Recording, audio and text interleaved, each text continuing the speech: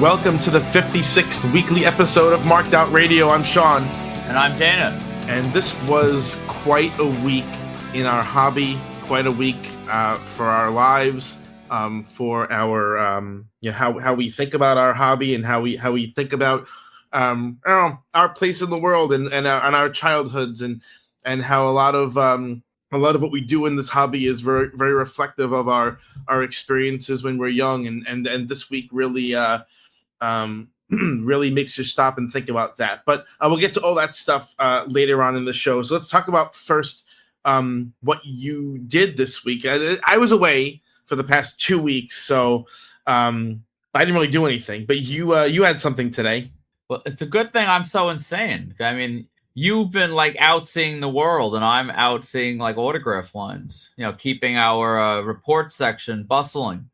But yes, today I met, I guess calling him New York Knicks legend is apropos, but Bernard King.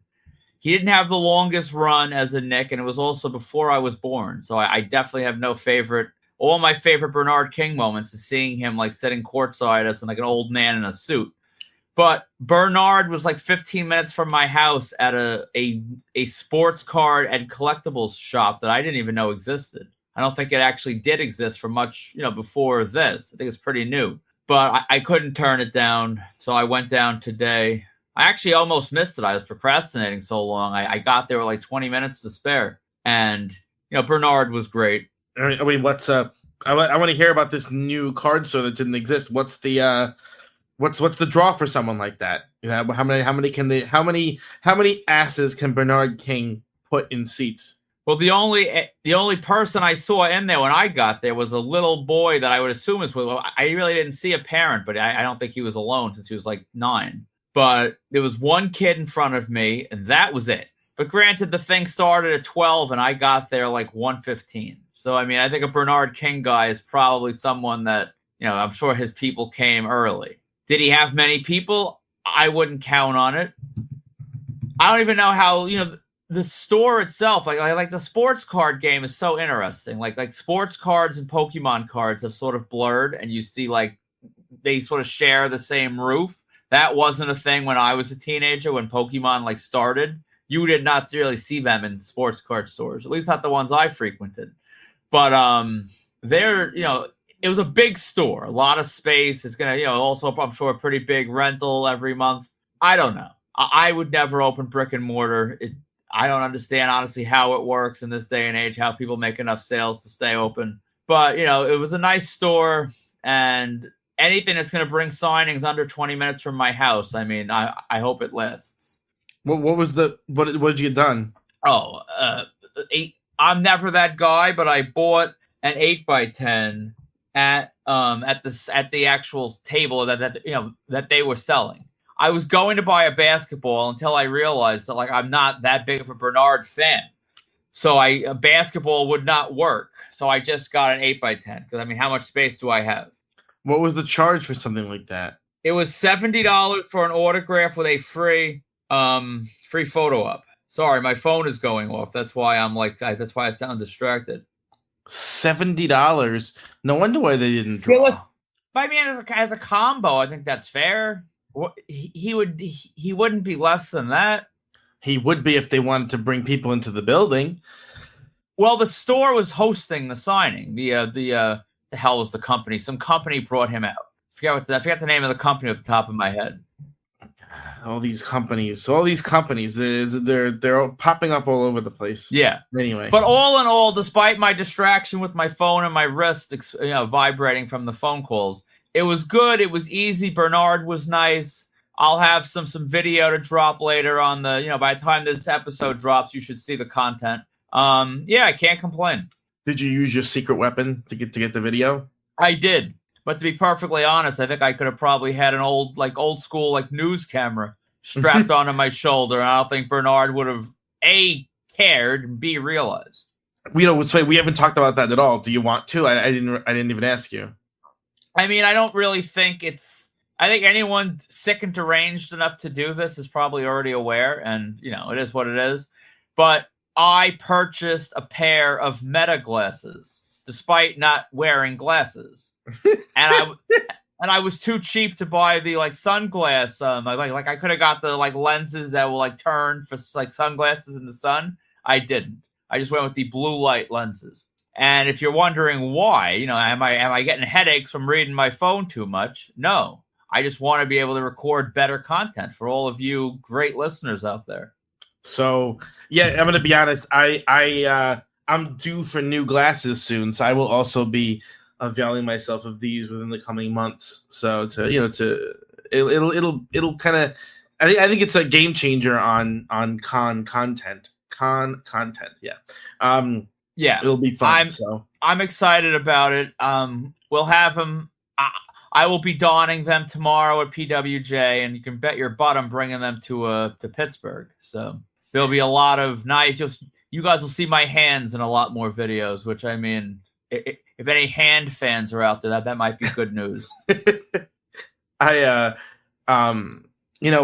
is a week filled with death in our hobby, and how we're concerned, when there's death, there's sales, right? And so even though I didn't do it, it's deranged, but it's true. Even though I didn't do anything this week, I've been, for those people who track such matters, if you remember back in January, I said I was turning over a new leaf.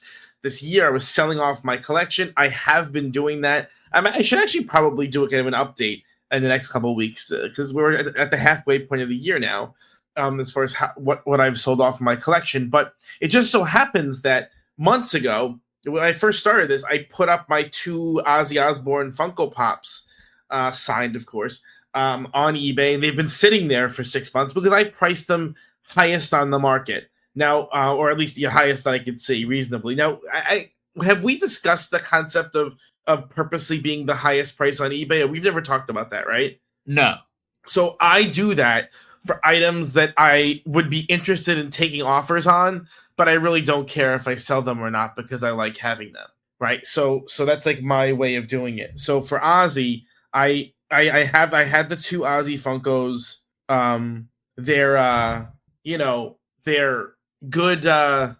They're great quality Funkos. They're really nice. I mean, they're huge, beautiful signatures on them. It's Ozzy, who's a legend, and so I'm like, you know what? I'll put them up, but if they don't sell, they don't sell. I had them listed at like $500 for the regular one and a little over $610 or something like that in that ball, $615, something like that for the bigger one, the album one. And they were just up there again for months and months and months, didn't sell, didn't care. And then Ozzy passed the other day, and lo and behold, I was sitting. What day did Ozzy die? Honestly, dude, the whole week is a blur. I'm trying to think. Hulk was Thursday. Hulk was the 24th. Was Ozzy the 23rd or the 22nd? I think there was a day in between. Maybe there wasn't. Hold on.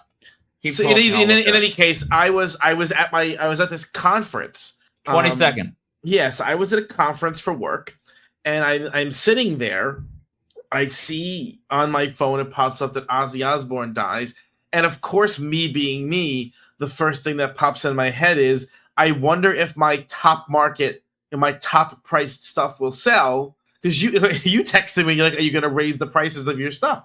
And I said, my stuff's already really high, But I mean, I'm going to quote you. If it sells that quick, that means you had a price too low. You probably could have extracted a couple $100 out of the Sabbathers, whatever the Ozzy fans are called. Within an hour of the announcement of Ozzy's death, both of them had sold. I didn't change the price. I didn't touch anything. Both of them had sold. And it was weird because, I didn't really expect to sell anything while I was on that work retreat. So I had to quickly email the buyers and be like, listen, I can't ship until, several days later. I actually shipped them out finally today because I'm out of town. I'm nowhere near this stuff. I didn't expect to sell. And of course, what's funny is under normal circumstances, people get a little pissy with stuff like that. These people were like, oh, don't worry about it. Thank you so much. So clearly the stuff had dried up really fast, and mine went from being the highest price to the lowest price is what happened. as the stuff dried up on eBay, which is fine. I made a I got it was at least 100% profit on each one, a little more. And more importantly, these really, really sick Ozzy pieces get to go to people's homes who really love Ozzy. I'm going to be honest, I bought them as an investment. I thought, and this is something we actually never talked about, I thought they priced Ozzy too low for his private signings, because the barrier to entry for the public signings, you had to drop like $700 to be able to even buy Ozzy extras on items, and then the extras were like 200 and change a piece. But the private signings were like 2 and change a piece for anything. And like for someone of Ozzy's stature, you're talking about one of the most famous musicians at the time of him while he was alive, was one of the most famous musicians to ever live. It's like 200 is low, and it's low. And so I should have bought more. I bought the 2 purely as an investment, and then he died and they sold immediately. So all in all, thank you, Ozzy. Ozzy is going to pay my vet bills this week. That's where I'm at in life, paying vet bills every week. So it's a nice little transfer of wealth from an elderly, now dead British man to a dying American cat. Listen, that's sort of like the circle of life and some weird macabre sort of variation of it. Yeah. But not to go, kind of, we have so many different topics, but I just want to touch on just 2 things. First of all, my own insanity. If you tell me right now, gun to my head, to name any sort of like Ozzy songs, I'll tell you Crazy Train, and then there's a Busta Rhymes feature. He was on a Busta Rhymes album. I actually really like that song, but I can't. You have to know War Pigs also. Oh, if I heard it, I might. Yeah. But it has one of the most famous like riffs at the beginning. It's a super famous riff, But anyway, despite all that, I felt immediate like regret over not going and dropping $1,000 at that signing in Pennsylvania, which is just deranged, completely deranged. But I feel, and right now still, I feel like that was probably a mistake, and that's just insane. That's my first like anecdote, so you all can laugh at me, because it definitely deserves laughter. The second point was, it goes to show sort of the level of like of fragility of a con run. Like, it looked like he was gonna really kind of sort of go on a run. Sean Clark had like sort of carved out his own, like, those shows he was bringing him to that he was involved in, I believe. It looked like it was going to be like a real thing. And he did a couple. He did one in the States. I know he did the one in PA. Was there one out west in like the Arizona area, or did that never happen? I think there was a fan expo out there. Yeah, he did something out there, and then he did something in the UK. And that was it. So don't, as we saw, John Travolta was booked, and then all of a sudden stuff happened. Jeff Goldblum. Never assume, don't go too many steps ahead ever with like con runs. Like, you don't know how long this run's going to go. You don't know how many stops the Crazy Train's got left. So, life is short. Con runs are shorter. All right, let's move on to more TNA nonsense. I have TNA, the wrestling company. Honestly, I liked it better when it was Impact, but that's a whole different story. I think Impact was better. It was just, if Impact was the first, incarnation, I think you would have, people would say, what the hell's TNA? But since TNA came first, even myself, it felt better to hear it again. But yes, more TNA. Nonsense. You kind of got screwed by TNA last week. Jeff Seltzer, friend of the show, got screwed by TNA this week. And Jeff is such a nice guy that he was not nearly as angry as he should have been at the ridiculousness of what they did. They sell their big show of the year. Their like WrestleMania, if you will, is Slammiversary, which is a kind of a brain dead name, but I digress. And, I always thought Bound for Glory was their big show. Was that not TNA? They were marketing Slammiversary as the big show. That's I guess it is. So anyway, they I guess. Previous shows this year, they do these pre-show meet and greet VIP things with these pre-show VIPs, just to be clear. And this time around, previously it was you got all kinds of stuff, all kinds of swag, all kinds of meet and greets. And this time around, so Jeff, saw what they had done for months, and he pre-ordered the VIP, and then when he got in there, they really didn't give you much at all. And yeah, so it was just a really disappointing experience. Yeah, that's not what you expect when you buy this big time ticket. That's not cool. And as you said, like I don't want to make Jeff Seltzer seem like he's some sort of a pushover, because he's not. He's just a really nice guy. He's a positive guy. He's not someone that's like, he's not writing strongly worded letters because, some little inconvenience happened. He sort of sees things in a good way, a positive way, and he tries to make the best of stuff. And for him to actually call this out, despite his outlook on life, I mean, that tells you something. This was not right. You get a phone. He got like a phone charger, and come on. I'd rather get nothing. How do you give someone a phone charger with like $1,000 ticket? At least I'm presuming it's around $1,000. It might have been a little less, but it was definitely up there, I'm sure. That's crazy. So yeah, you use this to inform your choice of whether you're going to buy a TNA VIP or not, or attend a softball game. That's true. Zach Linder is added again on the on the Facebook group. I love Zach's reports. I find them hilarious. I find Zach to be a funny guy. I think we have a similar sense of humor. But I like his candor. Even when, and I'm like this too, even when I like something, I don't feel bad necessarily about pointing out its flaws. I think it's always important, even when you like something, to point out the flaws of the thing. And if you see serious problems with the way something's run, you just say what they are so that someone can fix them. And so he had posted a report about a signing that was held at the Woodbridge Brewing Company. I feel like we talked about this place once before, months ago, didn't we? I've never been to the Woodbridge Brewing Company, but I'm irked by their yes. I've complained and bashed them before on this show, and here's a third. No, I believe, but didn't someone sent us like a tip about them, didn't they? Yes, I believe so. We definitely discussed them in some length before. Yeah, and so do you remember which signing this actually was? What celebrity? It was some athlete, right? Oh, for Zach, it was Chris Mullen. Yeah, and so I don't even know who that is, but that's fine. He's from the Dream Team, and he's from the '92 Dream Team. I think it was '92. Yeah. The long story short was the way this Woodbridge Brewing Company, and it's very unclear. Like, I guess they don't really run the signings themselves, but they host the signings. But yet it seems like their employees are actively involved in the process. That's the part that doesn't make a lot of sense to me. Like if I was running a signing and I was using a venue, the venue's employees wouldn't be touching my stuff, right? I just wouldn't do that.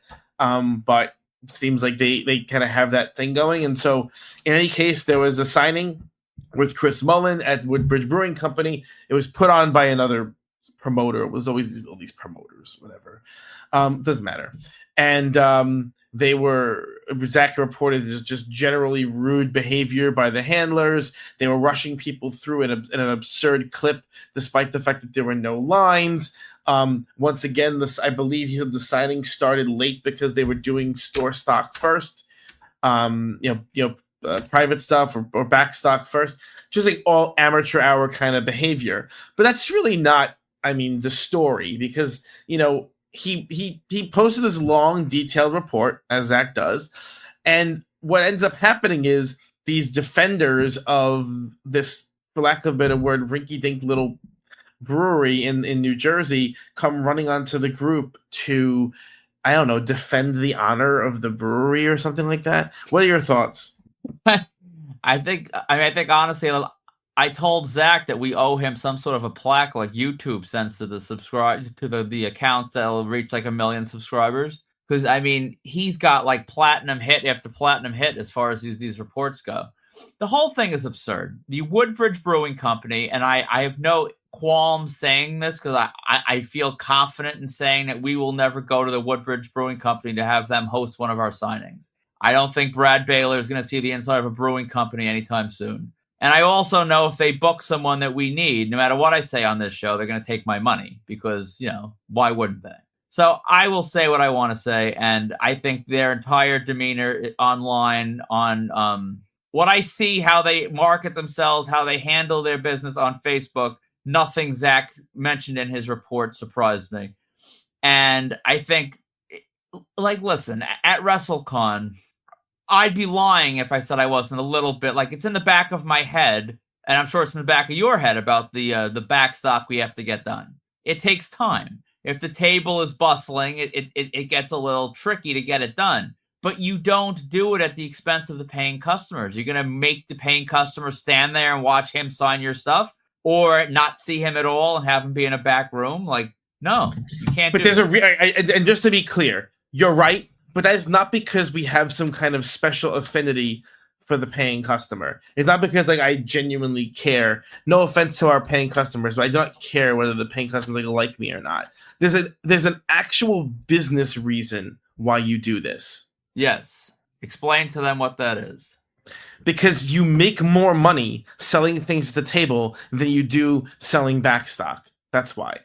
Because if I have to sell backstock, I have to sit on it. I have to pay for items to be signed either in advance or whatever.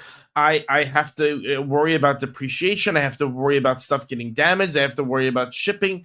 The money that I collect at the table is in my hand. It's in my hand that day. And so I that is much, much, much more valuable to me than getting backstock that I might sell for 70% off. You get to charge full retail at the table. But I will say though, as we've gotten into the psychology of this before, and I hear you and I agree with you. But if I was a sleazebag promoter that I was just going to step on the people paying us and buying from us, the logic is like Chris Mullen is probably a lot more ready to get up and say, "Well, sorry, I didn't sign those last 50 for you. I got a flight to catch or I got a dinner reservation to make," than he would be turning down, 8 or 9 fans that are still in line. That's the logic, that they feel like that the fans' dollar is not going anywhere. And the talent is less likely to walk away from the fan than he is from the backstock. So I get the logic. I do. And much like you, I mean, I'm not going to say that I'm not out there trying to get invitations to barbecues. In fact, if any of our paying customers invite me to a barbecue, I'll actually be quite upset. I'll have to come up with some excuse to say no. But I don't know, you go to a lot of things. You go to a lot of barbecues and things. I guess, but not with customers. But in any case, I just I try to pride myself on doing business the right way. And if you have these people we've been on the other side of that table a hell of a lot more times than we've been on our side now. And you know what it feels like when you have things scheduled, you have 85 other tables to hit, you have all this stuff to do, and all of a sudden you are being delayed because they're late and they're this and they're that. So I don't know if it's from a place of care or just a place of not being a complete hypocrite, but I think that rubs me the wrong way. Figure out how to get your backstock done like the rest of us. Don't be a jabroni. Yeah, and there's so many ways to do it. You work them in. And much like rushing Zach for Chris Mullen, it's Chris Mullen. I mean, unless you had Christian Leitner in there, I can't think of very many less appealing members of the Dream Team. Actually, I think it would be Chris Mullen and Christian Leitner. They would be the worst two. So, you're rushing Zach along for what? You can't mix in backstock for what? You have how many fans could you have? It's not hundreds. Well, we know how many. Zach happened to be the very last ticket sold, 62. Yeah, that's ridiculous. That just shows me that they don't give a damn. They don't know enough about how to even run a signing to probably even be aware of what they're doing. I think they're just dumb. So yeah, and then Zach gets dragged like crazy all over the place. It's a very weird phenomenon because then these promoters come on and they start acting like. The problem is, what is a promoter? I mean, I could classify myself as a promoter, but I certainly don't feel like one. But these people come on and they carry on about how much they know about things. If you people only knew what it's like to put on a signing, I can't stress this enough. It is not you don't have to be smart to put on a signing. You have to have a little bit of cash to put on a signing. That's it. There are a lot of people who are brain dead who put on signings. In fact, most of them are. And so just talk. If you don't believe me, just have a conversation with one and you'll realize it. And so the idea that you have to be smart or capable, I mean, the guy, the one dude, I forget his name. He kind of gave up the truth when he was saying that most of these in-person signings don't even break even on that day, and I have no doubt he's correct. Most of these people are not. They're it's almost like they're just giving money away to have the honor or prestige of putting on a signing. And so I guess, yeah, if you haven't done your numbers properly, and you're worried about breaking even, and that's why you're rushing people through, then you didn't do your numbers properly. That's just it. Or people have to be willing. If a talent quotes them a price, and you can't make money on the talent at that price, people have to be willing to say no. They don't even know how to figure out if they're going to make money or not. It's literally, I've made this comparison before, and I'll make it again. It really comes down to like when you would see like Yankees fantasy camp, that you buy this ticket to go share a locker room with, Charlie Hayes or Chuck Knobloch or some like random Yankee of the past, and you get to like live out this fantasy. Except for this case, you get to we help them wheel their suitcase through an airport, and maybe you get to bring them to a diner, and you can sit and bask in the glow that is Greg the Hammer Valentine. And that's what it comes down to, and that's fine. But guess what? The person that leaves Yankee fantasy camp does not go crying and looking for sympathy from people that, it wasn't profitable. It wasn't supposed to be. And how dare we not be grateful to them for doing it. If you choose to do this as a little vanity day at the country club, a vacation, whatever you're classifying the expense as to something that you're doing for fun, don't go whining about it. That's what pisses me off the most. Yes, that's pretty much it for that. I'm sure I enjoy that Zach is bringing eyeballs to our group in ways. Zach is a good draw to our group. It's actually kind of funny. His posts do really well consistently. Zach, to me, like honestly, I see Zach as a babyface, but like a lot of the world sees him as a heel. So I mean, listen, if Zach's the top heel in the territory, I'll take it. I think he's doing like almost a Kurt Angle bit, he's like scrupulously honest, but in doing so is pissing people off. I think it's funny.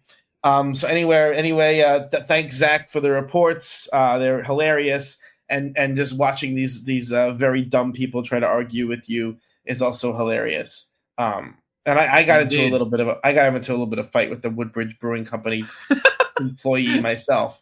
You cursed out a brewery. I don't know if that's something you'd have ever expected to do. Well, because they made a ridiculous accusation that he was trying to like tear down their business on behalf of another business, and it's like, look, I think they meant us as the other business, which is even dumber. I don't think so. I think if you want to say that you want to make fun or make an insult, fine.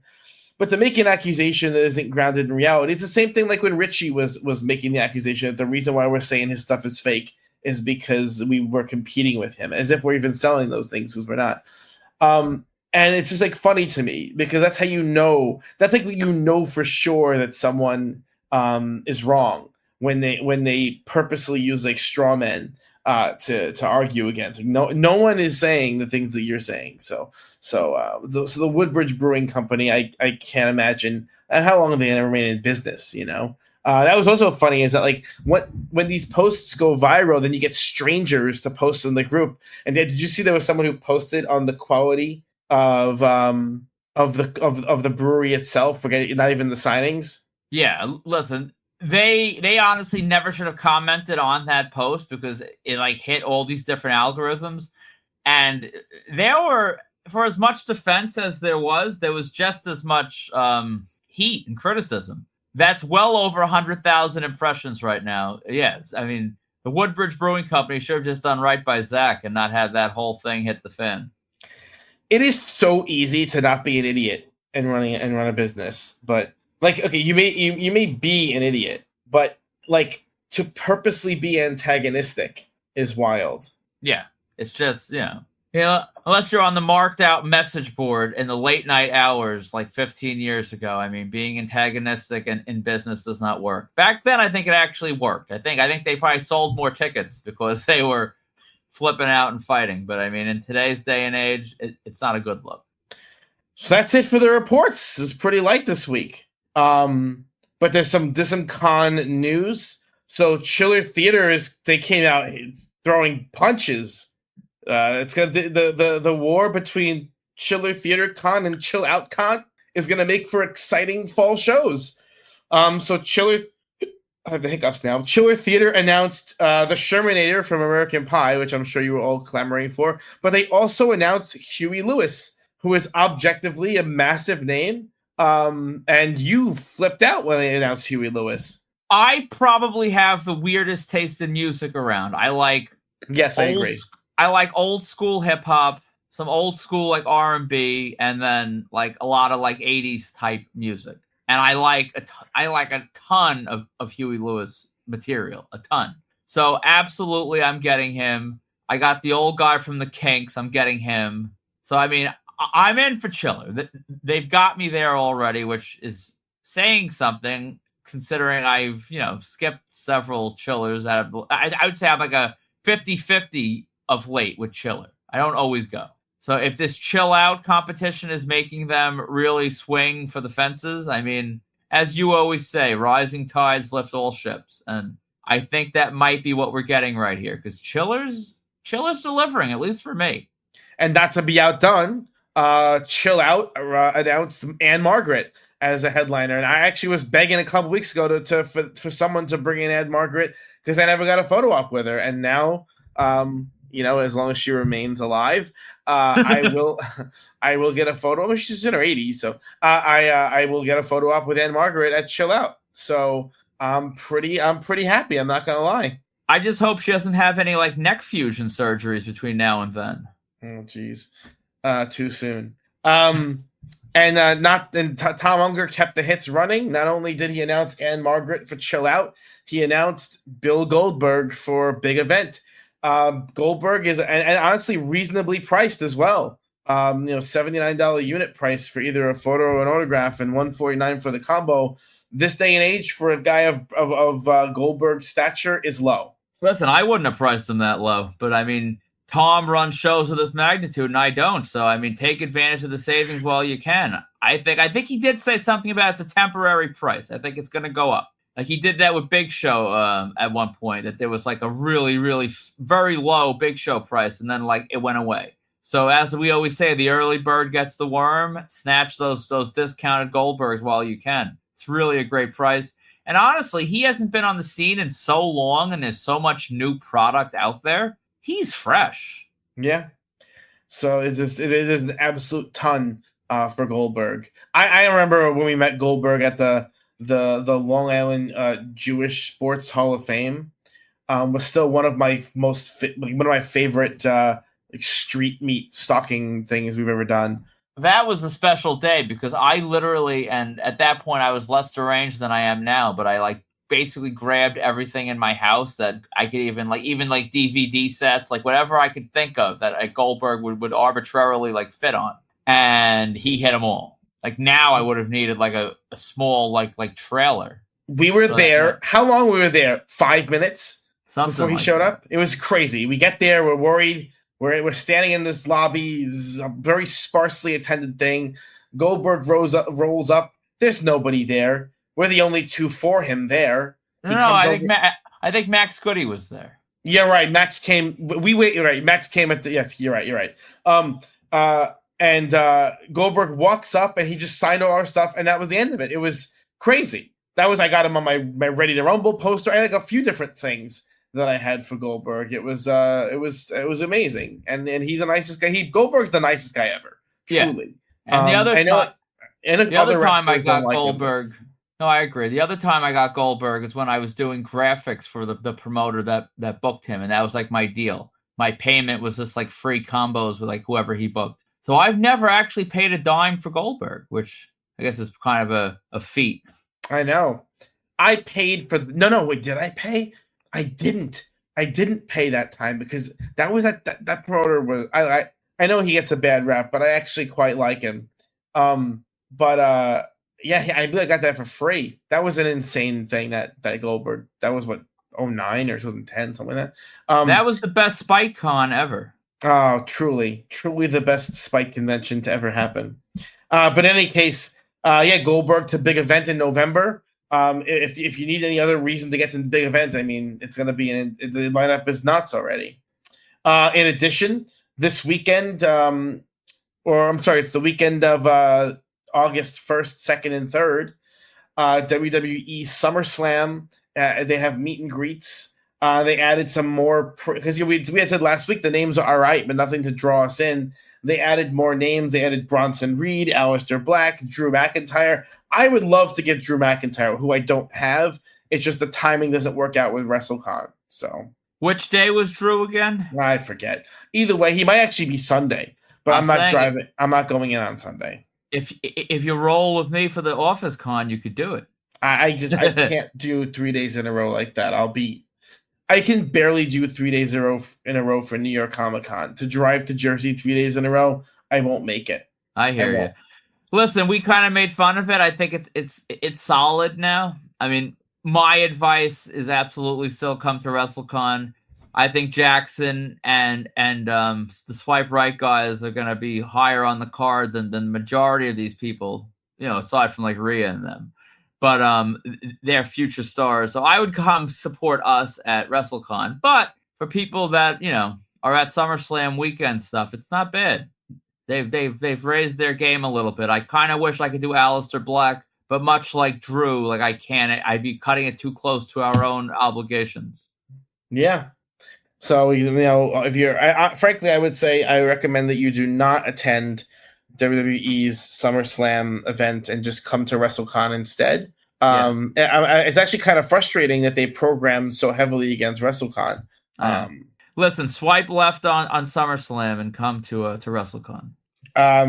Monster Mania announced they're canceling Shawn Ashmore, which is unfortunate, but they added Samantha Hanratty, who's one of the girls from Yellow Jackets, the good one, the funny one with the glasses. So I think that's a great ad. It's very unusual, uncommon, rare, and I think it's a good one-to-one swap.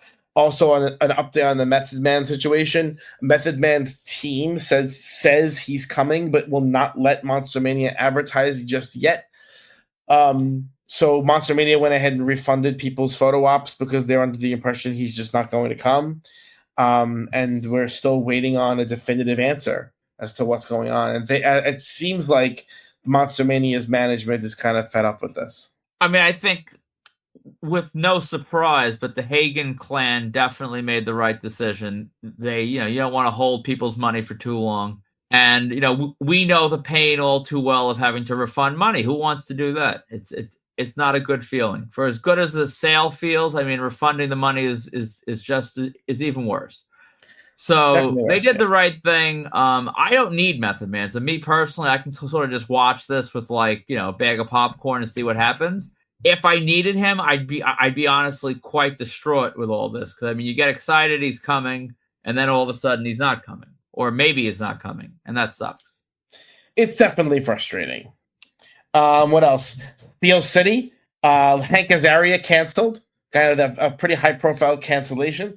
They added Lacey Goranson, who's Becky from Roseanne. And so now they have a Darlene-Becky duo. How do you feel about that?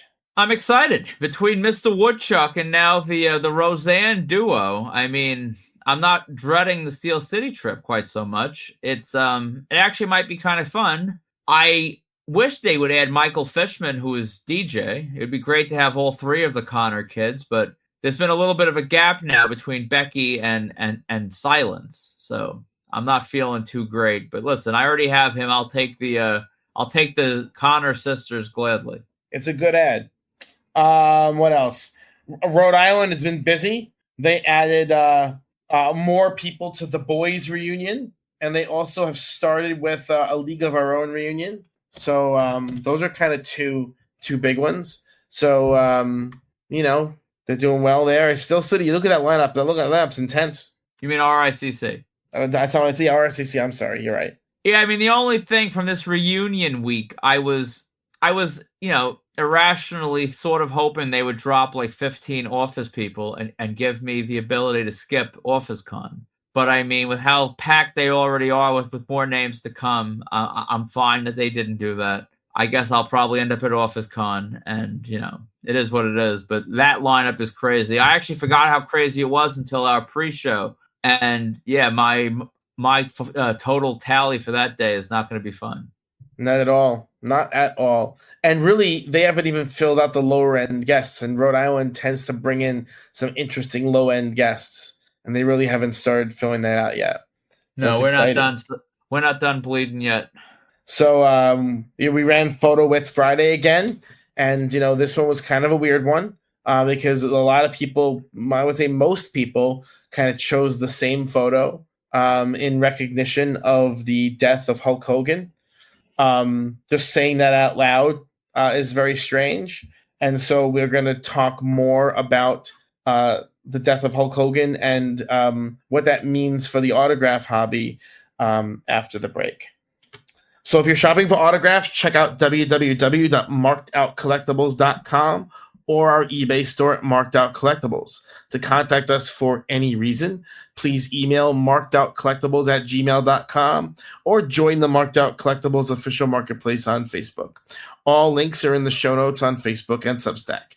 And if you want your event, product, or brand advertised on episodes of Marked Out Radio, reach out to us today at markedoutcollectibles@gmail.com.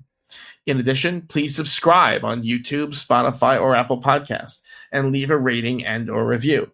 You can leave a rating and or review on Apple Podcasts. You can leave a rating on Spotify, or you can leave a comment, thumbs up or thumbs down on YouTube. All right, so let's get right into it. The death of Hulk Hogan.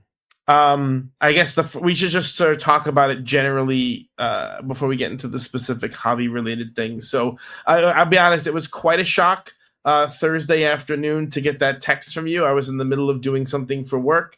And I mean, you somehow landed. How did you find that? Because other people, after I texted people like, how did you know so quickly? You sent it to me like under 10 minutes after TMZ posted it. I think it was from Lanza. It was either Lanza or Greg. I think it was Lanza. And honestly, I don't know. Lanza's like the Grim Reaper. I think almost every celebrity death I end up hearing from Lanza or Greg. That group chat is the one that always breaks the news. But yeah, shocking to absolutely say the least. There's really, I could count on probably one hand the celebrity deaths that like really, really hit in any sort of I wouldn't compare it to any like close family, that's for sure. But I mean, there's definitely some like great uncles and stuff that you could compare these celebrity deaths to as far as like impact. For me, it would probably be Robin Williams for sure, James Gandolfini, Kobe Bryant, now Hulk Hogan. I think that might be it. I mean, there's other wrestling ones that were like shocking, like Eddie and stuff, but those are the ones that really stick out. Yeah, I mean, this for me is crazy, and I also think like because of our differences in age, Hulk Hogan is a little bit different for me than for you. I was 4 years old in 1984 when I first sort of saw Hulk Hogan. Then in 1985, when Hulkamania blew up, in New York, I was in kindergarten, and that's the age at which this stuff really, matters. And I was Hulk Hogan for Halloween. I had the Hulk Hogan Halloween costume. I had the Hulk Hogan workout kit. I had the every one of the LJN the figures. I had like 4 different Hulk Hogans for some reason. I had the big LJN figure that came out a couple years later. I had every Hulk Hogan shirt. I had a Hulk Hogan light switch on my bedroom light switch. It was a Hulk Hogan light switch. Do I want to know what the light switch? What part of Hulk Hogan the light switch was? It was his wang. No, it was not. It wasn't. It was the whole Hulk. It was like a little. It looked like the bendy Hulk Hogan, but it was solid plastic, and the whole body. You used the whole body to move up and down. Okay, so it wasn't the Mrs. Love Sponge edition. Got it. No, it was not. I had the Hulk Hogan. I had the Hulk Hogan Rockin' Wrestling bed sheets. I had anything Hulk Hogan. I had the glasses to drink from when you're a kid. Plates. My birthday party was Hulk Hogan's Rockin' Wrestling themed. Anything that could be Hulk Hogan was Hulk Hogan. Hulk Hogan was my thing as a little kid. I wrote this whole long. I don't know if you got a chance. Did you see it? I wrote this whole long thing about it. I did. On Facebook, and it's very very hard for me to even fully articulate. I'm not even there yet, and I like to think of myself as pretty articulate, especially in writing. And I'm just not there yet in my head, trying to understand exactly the way this is. But this, for me, is a confrontation with my mortality, because this is something that was, this thing, this Hulk Hogan thing, I'm almost separating it from the person. This Hulk Hogan thing was in some way a part of every stage of my life growing up. As a little kid, I was Hulkamania. And then, wrestling became sort of a joke. And for me, because when you get a little bit older, you start like rolling your eyes at it. You want to, explore more mature things. And so by the time I hit 13, 14, I get to about 93, 94, Hulk Hogan wasn't cool in 93, and so I kind of abandoned Hulk Hogan. I abandoned wrestling, and then the NWO thing happens in 96, and I am dragged back into wrestling as kind of in my cool teenage rebellion. Now wrestling has turned into this cool rebellious thing, and so Hulk Hogan was at the forefront of that. And then, that gets tired and boring and lame too, because everything does. And then like in my early 20s, Hulk Hogan is back. And now at this time, it's a nostalgia run. So this time, all of us who are now, legal drinking age, we're in our early 20s, it's different. Right now we get to laugh along with it. It's kind of with a wink and a nudge. We're not taking it seriously. And so, I will never forget watching WrestleMania 18 with my friend Brett. We were watching in his living room, and yes, I'm 22 years old. Way too old for this kind of nonsense, obviously. And I'm sitting there and I'm watching it. And I'm really only waiting for Hogan versus Rock, and getting sucked into that. I felt 7 years old again in a way that it's never happened to me before or since, quite like that, where I was completely drawn in. And I remember when Hulk kicked out of the rock bottom and did the Hulk up routine in that match, I jumped up off the sofa. Literally, it wasn't a performative thing. It was a totally involuntary thing. I went completely nuts.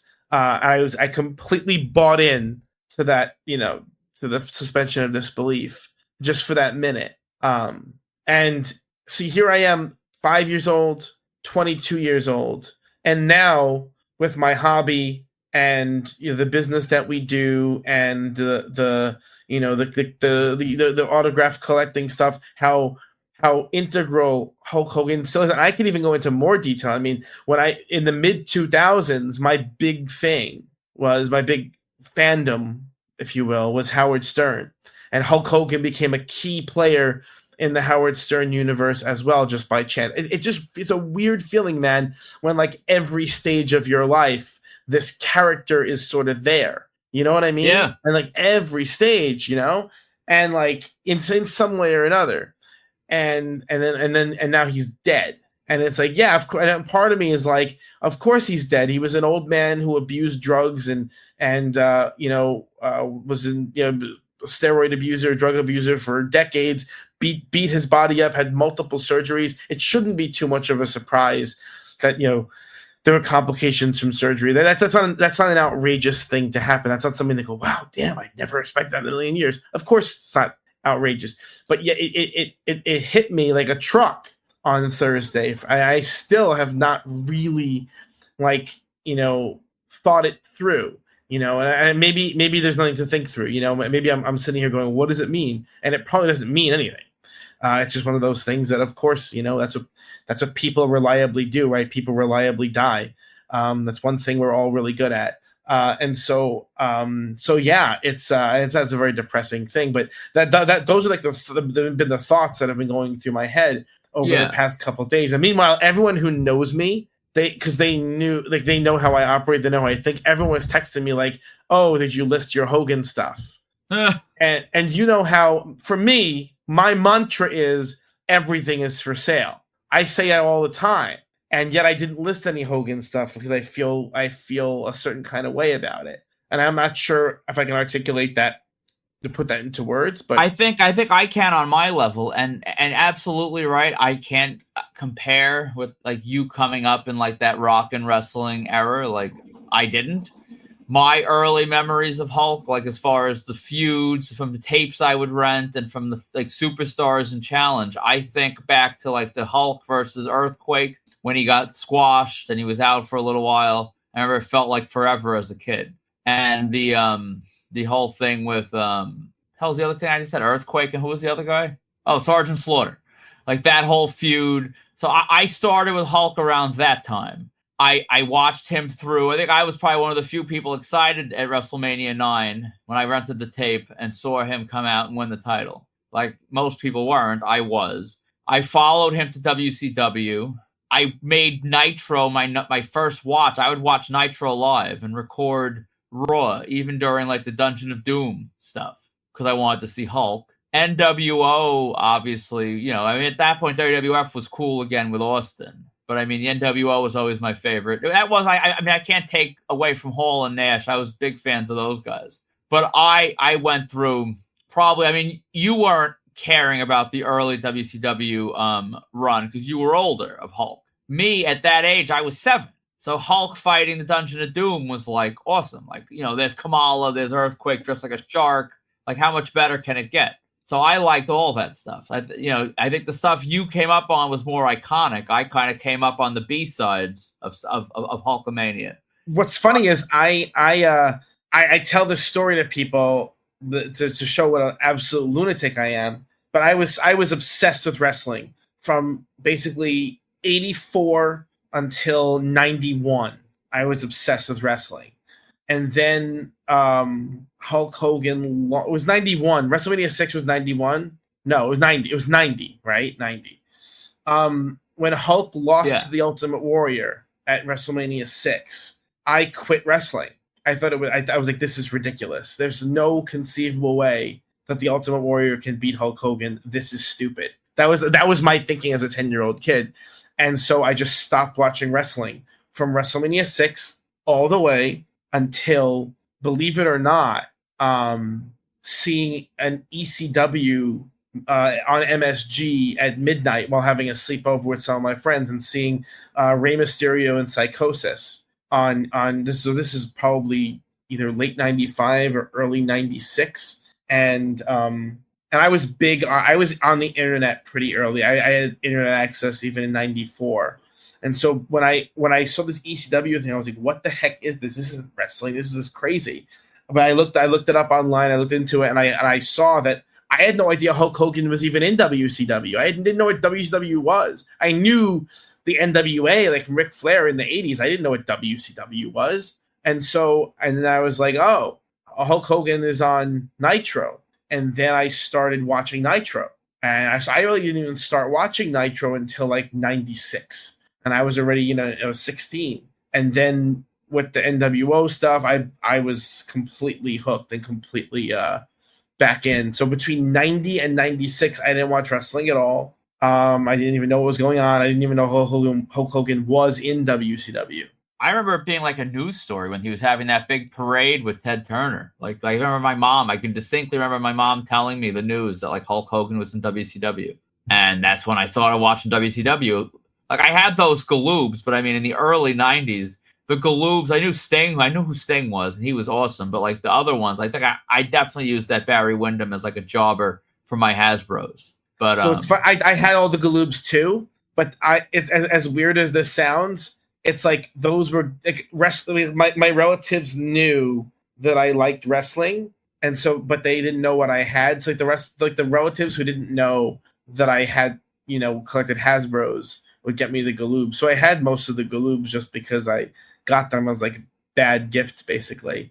But aside from, I mean, I gotta keep in mind from 85, I was not 85, but probably 87, 88 through 91. When I say obsessed, I read all the after mags. I knew all of this stuff from reading the magazine. So I knew who Sting and Ric Flair and Ron Simmons were, Lex Luger. I knew who these people were because I knew them from the magazines. Yeah, I think since with the younger age, I think Sting. I don't even know if I really knew who Sting was, or I just knew Sting looked awesome, and that was like enough for me at that age. But yeah, like you said about people, like I walked in way too much information that no one cares about. But like I go to like a masseuse and a chiropractor that's like they deal with like sports type. You know, it's a great little place. And the guy who's the chiropractor was in WWE, and I'm buddies with him, and I always go there. So I'm like in like the day Hulk died, I'm like in the room waiting for my like appointment, and like the guy had always does the massage, walks in, and like first words out of his mouth, it's like, I'm sorry about Hulk. And like I didn't tell him anything about Hulk. He just knew, like, this is a guy that doesn't even know me well. And he like knew. It's like everyone kind of knew. My superintendent at work, I know, is a fellow Hulkamaniac. So I ended up seeing him right after I found out, and I broke the news to him. And here's a guy who like is polished and professional, and you know he's older than me a little bit, and he looked like someone like kicked dirt in his face when I told him that news. Like you could see like the same way I felt when I heard it. Like it sort of was like it like targeted that little child inside of you, and like that's where you felt it. No matter how old you are, no matter how far removed you are from that feeling, that like spark that you still had for like Hulk Hogan and anything that core from your childhood, like it's still there. And I think that's why this is so like profoundly, you know, upsetting and just hard to process for like our basic extended generation. Yeah, I mean, so I can. I can't remember if I've even told you this story, but there's been not only like it was like so many people associate Hulk Hogan with me in my because they know I'm a fan in my life that is very interesting. So I'll give you one example. So when I was a teenager, once I got into wrestling as a late teenager, I was way into it. So then, like, you know, I followed all my guys from ECW to WCW, and then with Hulk Hogan. So I was into the Luchadors, I was into the New Japan guys, and so I got very heavily into like tape trading. I would Japanese tapes, Mexican tapes, all over the place. This is my thing in college, right? So one of the guys I was doing a lot of tape trading with was named Scott Epstein. And if you were a tape trader in the 90s and 2000s, Scott Epstein did a lot. He was a Long Island guy. I was living in Baltimore at the time. But you know, Scott Epstein was a tape trader. I did a ton of tape trading. That's wild. I never knew that, because Scott Epstein obviously was like known in this business. Like everyone knew Scott Epstein. You used to see him at the cons all the time. So get this for how weird this is. So he was a big time tape trader, and yeah, I mean Scott Epstein. When we went to see Hogan that time at that sports show, Scott Epstein was no work at the table for Hogan. Yeah. So anyway, I was doing a ton of tape trading with Scott Epstein. So I don't know if you know this. Scott Epstein died a few years ago in a car accident. Yes. Not a few years ago, probably closer to 10 years ago. So at the time, I still have the job I have now, and one of the paraprofessionals who I worked with, she was very, very sad at work one day, and she's like, well, I said, what's the matter? And she said, my best friend died. And I said, oh, I'm so sorry. She goes, yeah, you know, he's like you in a lot of ways. He was a huge fan of Hulk Hogan. And like, oh, I'm really sorry to hear that. And she goes, yeah, his name was Scott Epstein. I'm like, what? Your best friend Scott Epstein? She's like, yeah. She goes, you know, he actually gave me something of his that I have, but I think you would find amusing and interesting. And I'm like, what? And she gave me, there was a black and white 8x10 photo of Scott Epstein and Hulk Hogan that's signed by both of them that she gave me. And it's just one of those weird things where it's like, how is it that like this guy I was trading tapes with when I was in college is somehow connected to these other people who I would later work with years later, who is connected to these other people who I'm in the hobby with. It's one of those things where you go, there's so many weird threads of connection that I could never escape Hulk Hogan is the point. And so like that picture of Scott Epstein and Hulk Hogan was like taped against my closet wall in work for years. It's very strange. All of it's very strange. Was it a Hulk Hogan or a Linda Hogan? It's a Hulk. It was definitely a Hulk. But yeah, it's just a weird it's a weird time. So getting into the actual hobby piece of this, what were your experiences meeting Hulk? And what are your Hulk collections? I guess we'll talk about our experiences first, and then we'll go with the collection. So how many times did you meet Hulk, and what were they like? I only met him twice. The first time was that New Jersey signing that Scott Epstein was at. And I remember I don't even think I want to remember what the pricing was, but I do remember that I just got a photo up because I thought the price was objectively high just based on what I'd paid for autographs at that time. Also at that point I was a college student that was even more broke than I am now. So I was like, okay, I'm not going to get autographs. And I really, like in hindsight, that was when I should have gotten the Hasbro's done. I should have gotten the magazines done. I should have gotten everything done because it was a hell of a lot cheaper than it ever would have been after that. But yeah, I met him there. I got my photo up, and I remember like this is how deranged I was. This is how this was back in the day when you would do a pro op and it would take a while for it to print out. So I got my pro op with Hogan. And of course, in the most discreet way possible, I had my 9-time optical zoom digital camera in my hand. And the second the pro op was snapped, I asked Hulk for a selfie on my camera, which, as you know, is a big no-no in the pro op game. Even the like undeveloped, like older school pro op days that were less built up than they are now. And I was so scared that, like, what if it didn't print? What if he wasn't looking? What if it was, again, irrational? That rarely happens. But I did. I got my selfie with him right after the pro op. And, the pro op came out fine. And that was my first meeting with Hulk. And then I didn't see Hulk again until the Fanatics Fest from last year. And that was one of those times where I made the decision to get a new photo op. And my thought was, and now that, he's no longer with us, I feel bad for having thought that. But my logic was he looks older and more decrepit now. Like, why do I want a new photo? Like wouldn't you rather remember him, as hulked as he could have been? But I don't know. I wanted a new photo with Hulk. When I looked older, he looked older, just to like capture that moment in time. And in the 11th hour, I was going to just do the photo op because my Fanatics Fest like budget was pretty big last year. In the 11th hour, I decided to drop like $600 and get my 12 by 18 91 and 92 Rumble posters done. And honestly, at the time, I spent way too much. I threw those autographs on a credit card that I really didn't need to have that $600 charge on that credit card. But I said, you know what, you only live once. Hulk only lives once. Just do it. And I paid it off long ago, and I'm so happy I did that because that would have bothered me, and we'll get into regrets in a little bit, but that would have bothered me greatly. So I'm glad that like my last like in-person experience with Hulk was watching him sign those posters. Because I mean, when you think of Hulk, like those were not like his pivotal events. Honestly, 91 I guess a little more so, but like 92 wasn't. But when I would rent the tapes, and those were the events I'd watch over and over and over. And to me, that's my classic Hulk Hogan. How about you? How many times did you meet him? So I met Hulk 4 times. The first was at the famous Times Square figure signing. This would have been in either it was either 01 or 02. 02. Definitely 02.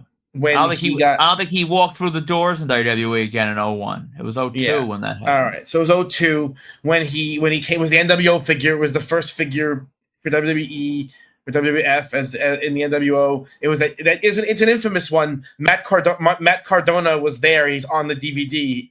Have you seen it? Yeah, Joe Lanza was there too. But there's a famous like screen cap of Matt Cardona online waiting for Hulk Hogan, dressed as Hulk Hogan.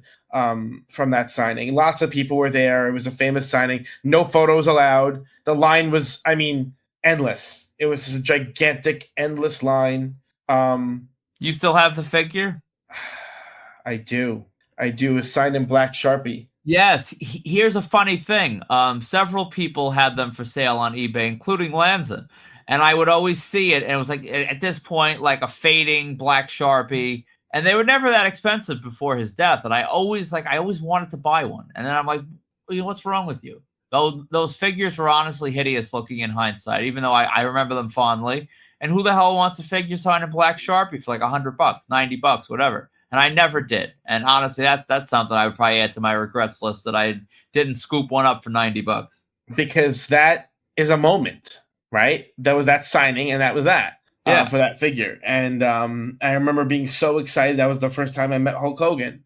The second time I met Hulk Hogan was the where Scott Epstein was his table handler at that sports show. I got him to sign a few things for me. I got him to sign a bunch of stuff. I have my classic superstars 2-pack with Hogan and Warrior, signed by both in paint. My good old Elmer's paint pens.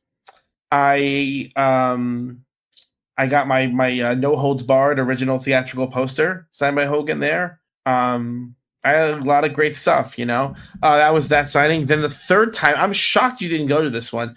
The third time was the book signing, which was at Barnes and Noble in Coral Place or Westbury. I can't remember which one, but that was the one where it was just announced that he had signed with TNA that day. How come you didn't go to that one? Oh, there was the one in Lake Grove. I don't know why I didn't go to that one. The Carl Play. I don't know. I honestly don't know why I didn't go. I'm trying to think what year that was. That was what, 2007, maybe? Yeah, that ball. It's I think maybe even a little later. Could have been 08. Yeah, I have no good reason. I have no idea why I didn't go. So there were no photos of that one either. I would say that was why, but I don't think technology would have been developed unless I called the store. I may have called the store and I didn't like the answer. That might be. I don't know. But I saw that signed book, and then the most recent was Fanatics, and we'll talk about regrets also, but I do have some regrets there.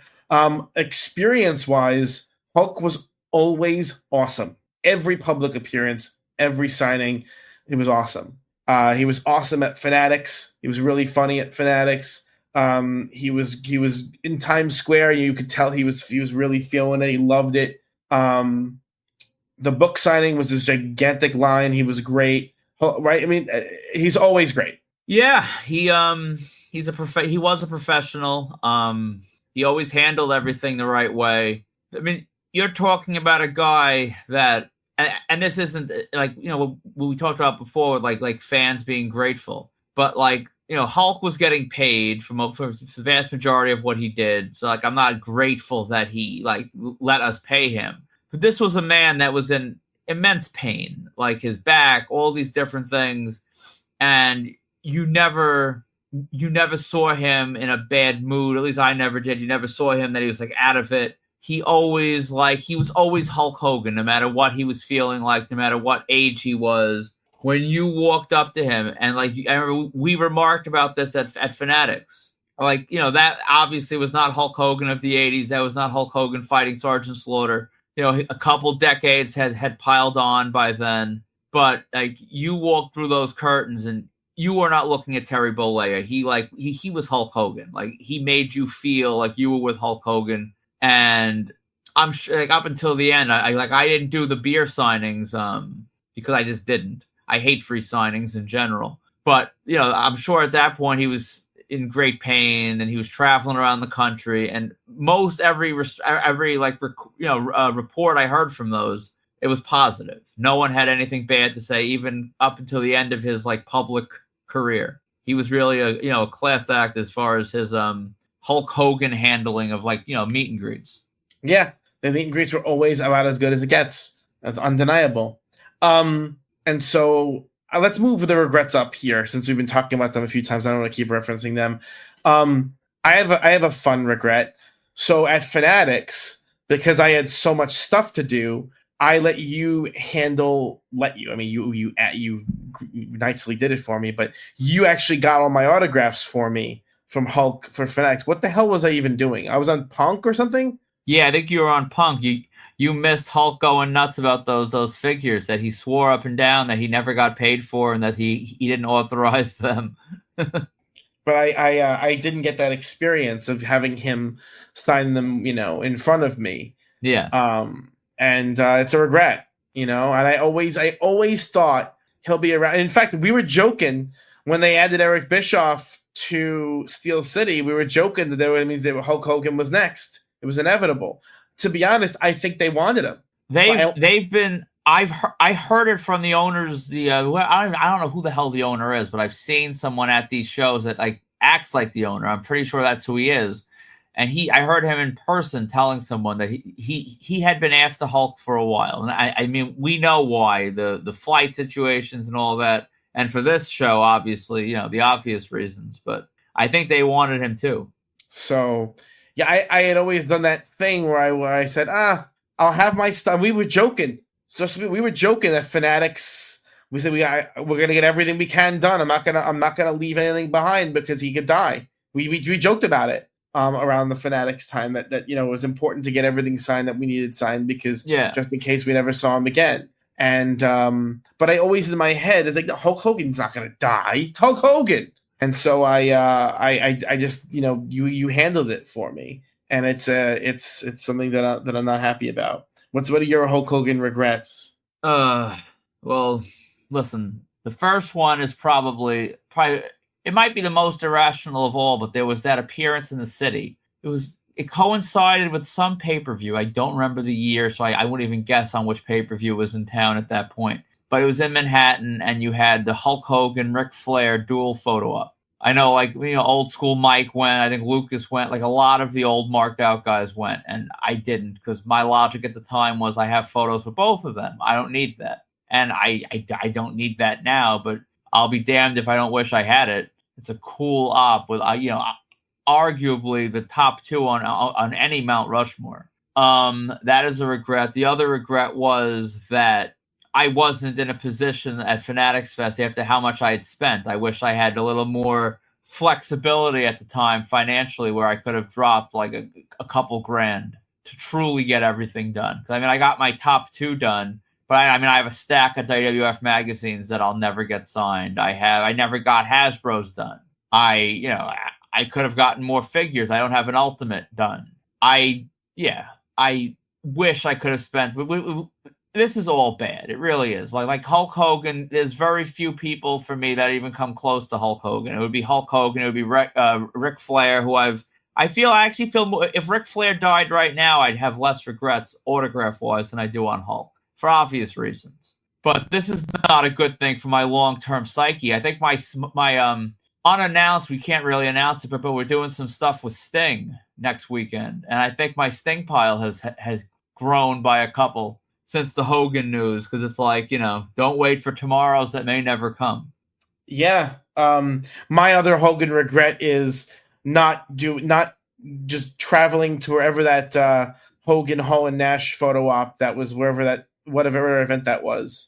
At the beach shop. Yeah. Rockin' with Dan was down there. Rockin' might be the only guy I personally know that got that, which with how crazy our circle is with traveling, it's actually surprising. That I guess everyone had that level of confidence, like, oh, eventually it'll happen. Scott Hall could drink battery acid; he's not going to die. Hulk Hogan ain't gonna job to death. He's gonna kick out because death doesn't work for him, brother. That was always, I think, the belief we had, which I guess honestly just goes back to our original point, where you see these guys aging before our eyes. We see ourselves aging, but I think your childhood heroes, you kind of You can't ever really see them for what they are and for how time is. And I think we just never thought that was going to be the only time they'd be together. So let's talk about now, we'll drill down into the autographs, the collectibles and whatnot, because Hulk was the only wrestler to really understand how to monetize his autograph, right? The other ones who really could, like Piper or Savage, died before the autograph boom of COVID when it came to wrestling. Warrior tried. I would argue Warrior was doing what Hulk did before Hulk did it, but Warrior just kind of he was too early to the party. Yeah, he was. You're right. That's very fair. Warrior saw where this was all going. He just was there too early. Hulk saw how this could be monetized. He opened the beach shop. The beach shop, sells all this stuff so he could retail his own. And then so what, I'm sure what some people realize, but not everyone necessarily does, is that most of the stock on Hogan that you see on the market today, okay, let me rephrase that. Much of the stock that you see on Hogan today is counterfeit. It's forged.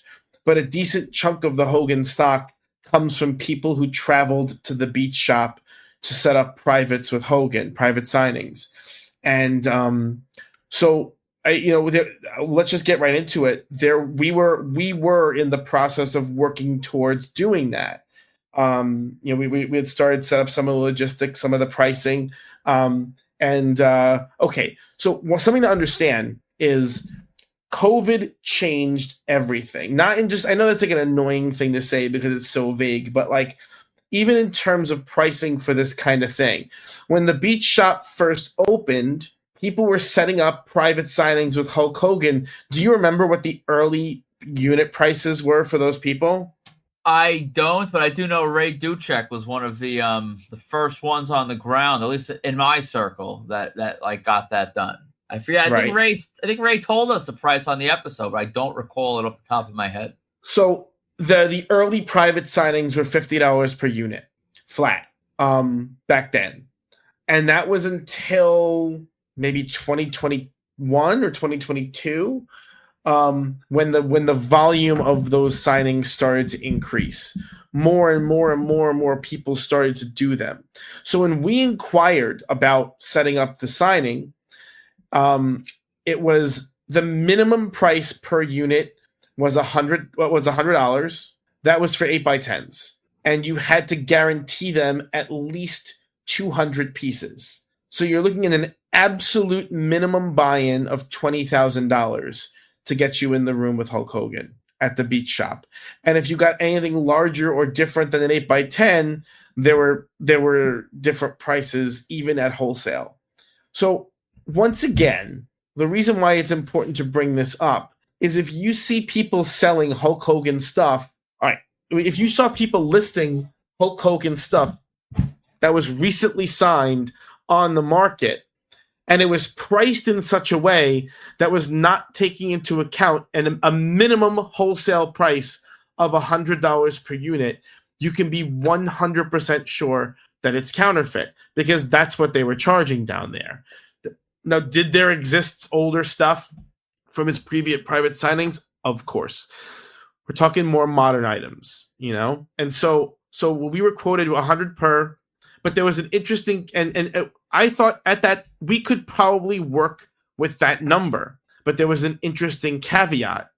So if you were at that number, if you were at that level, the 200 item level, you couldn't advertise the signing publicly. Public advertising was for another tier. I believe it was 500 units before you could advertise.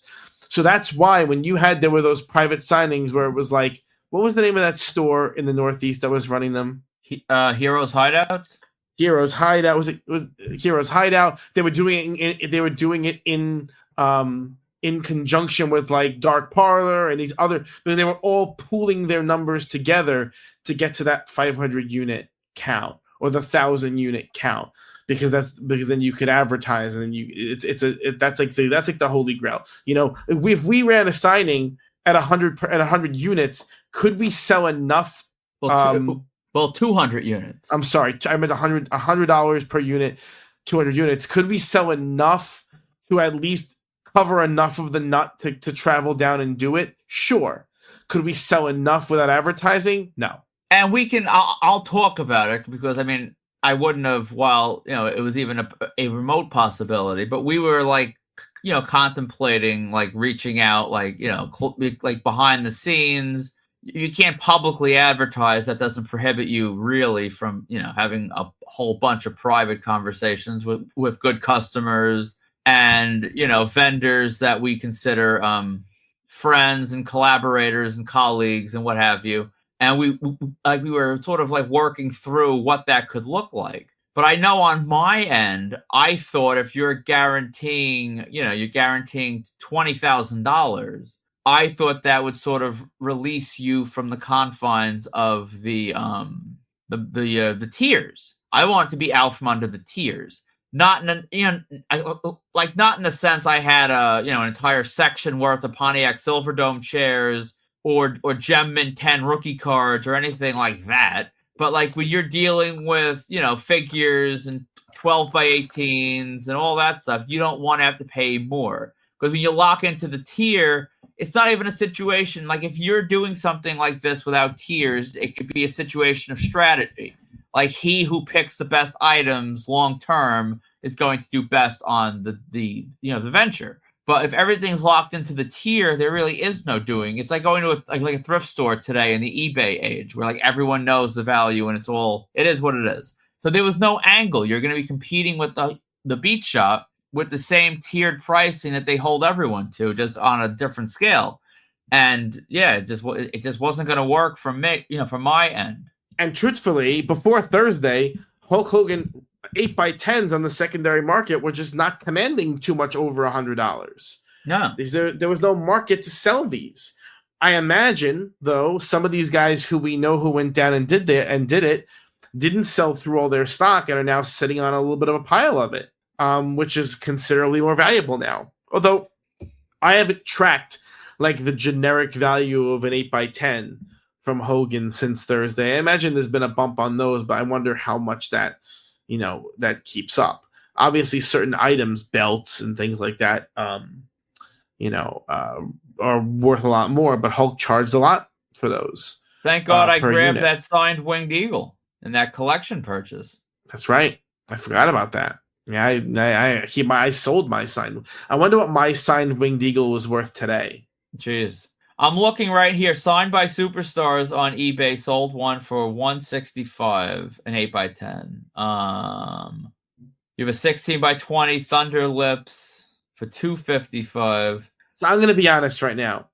$165 retail on a $100 wholesale is probably not even worth the time, given the eBay fees involved and things like that. So that's even. Chad Rick has the 8x10s up with metallics for $399. He took a best offer. I don't know how much he took, but yeah, I know what you're saying though. It's not crazy. It's not amazing. But the point was that Hulk's people structured these deals that at the end of the day, the person walking out with the money was Hulk, not you. It was very hard to make money trading on Hulk's name. And I think that's kind of the blueprint for how everyone is running their thing now. It's very, very hard to make money on talent when it comes to hiring them to do signings, because they're much more aware of their value. And for Hulk, he had a team who were acting as retailers on behalf of him, so he didn't care. He didn't need to do any privates. His stuff was selling at the beat shop. It was selling online. The guy who ran the beat shop, Ron, he would just take mail-ins whenever, and then Hulk would pop in periodically and sign all the mail-ins. So it's like a running joke on here that I don't do mail-ins, but I actually did. I mailed down the WWF magazine from WrestleMania 3 with the Hogan Andre stare down. I mailed that one down, and I also mailed down a Survivor Series 1991 program. So I actually used the mail-in service. What'd you pay for those? Keep talking. I'm going to try to find the email. So you went to the beat shop. And you did a little tour of the beat shop and you bought some stuff. I actually forgot I asked you to buy me the NWO 3-pack from the beat shop. It's funny, the entire beat shop experience now, like it was during my honeymoon in Florida. I made my wife walk through the blazing sun, and she hates heat and sun and all that.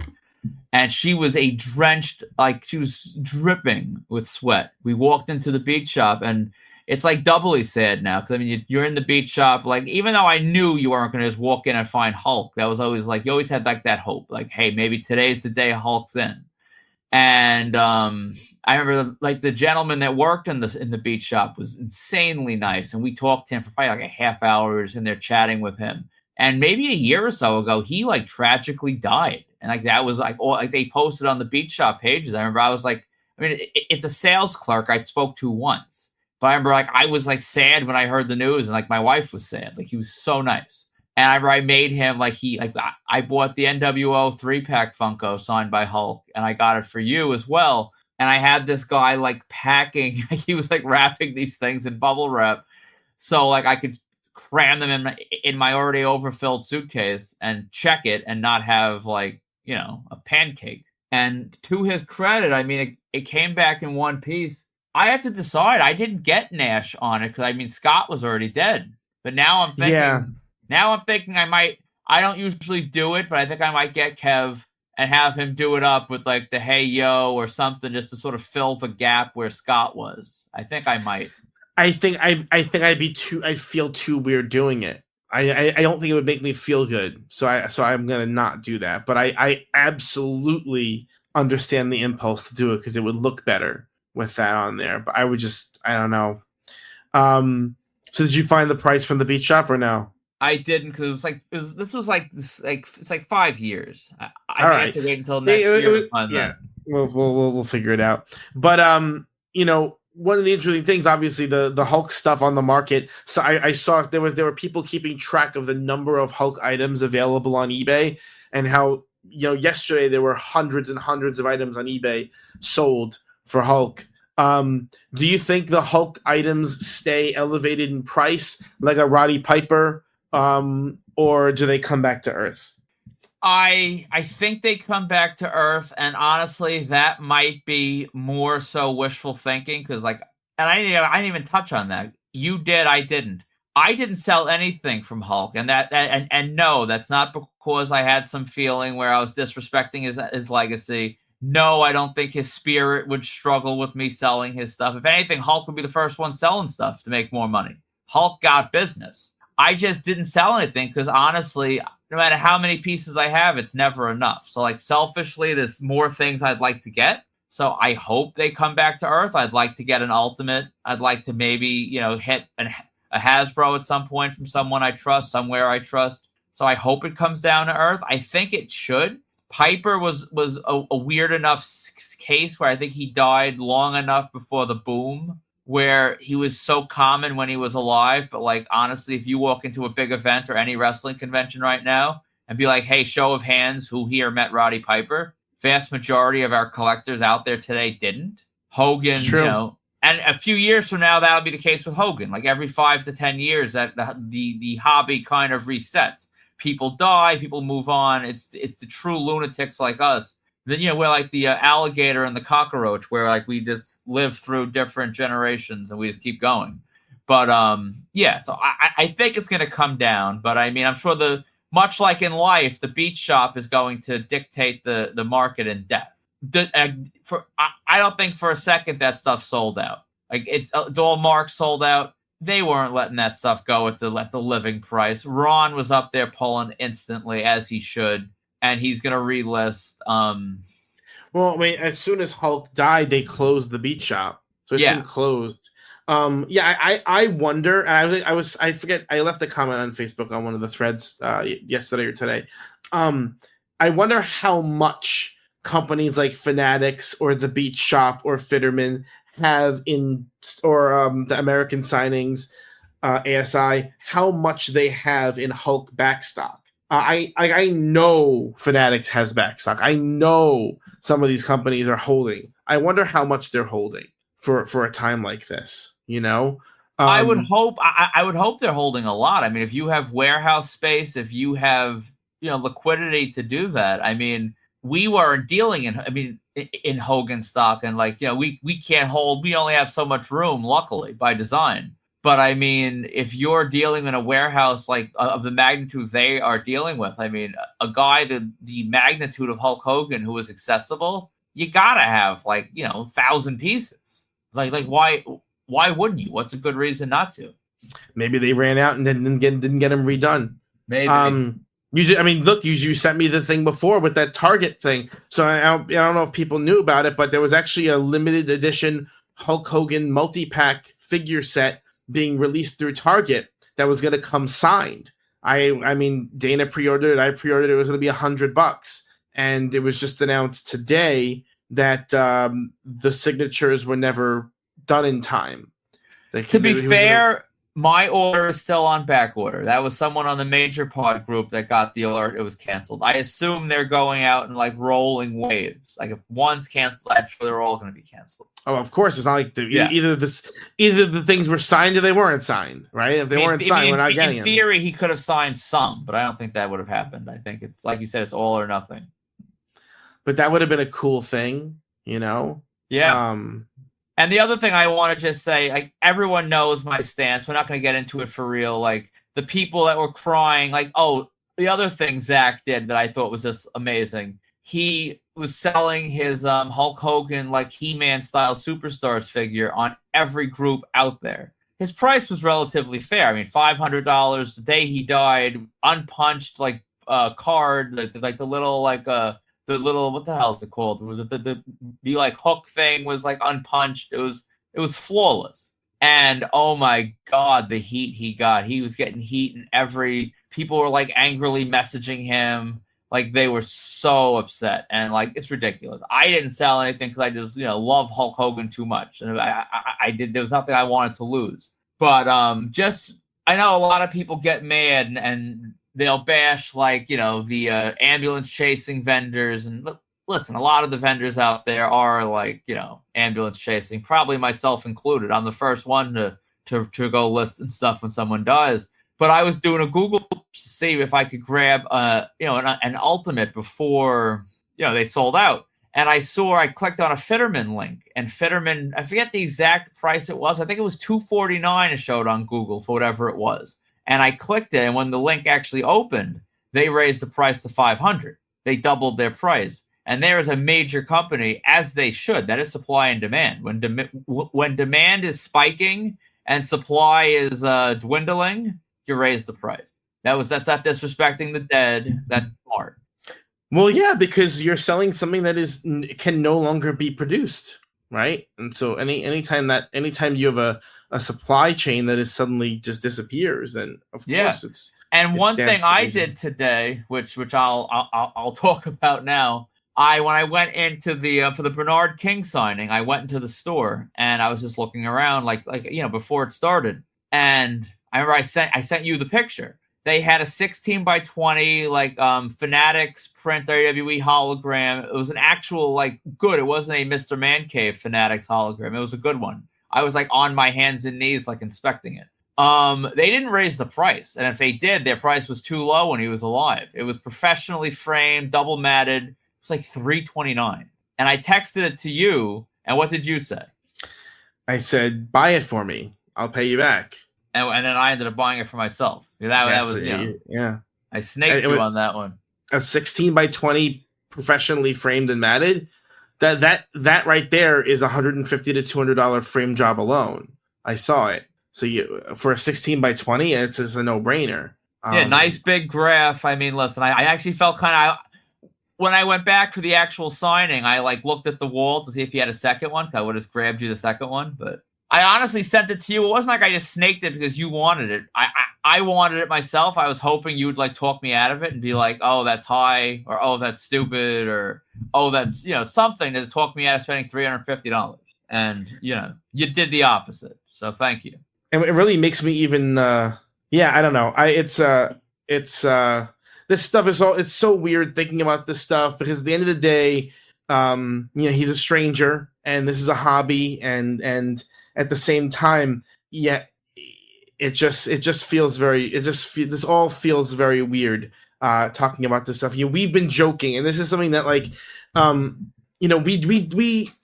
if we seem like we're open on this podcast, we're probably 70% of all the crazy things we really say in the car. Would you say that's fair? Yeah, we'd be kicked off most of these platforms if we actually went honestly, if we went north of 80%, we would probably be kicked off these platforms.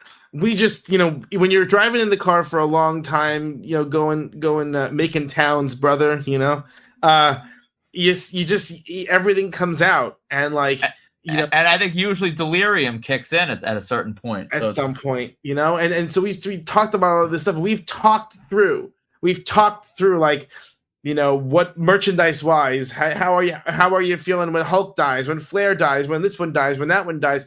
These are things we talk about regularly. We've joked about. I mean, look, I'm going to be honest. We made many, many, many, many jokes about Olivia Hussey dying. That doesn't mean I didn't feel sad when she died, because I did. But we made many jokes about leading up to it, and thinking about it, anticipating it. And the thousands that we would make eventually after she died, which we did. I'll be honest, I didn't really feel sad.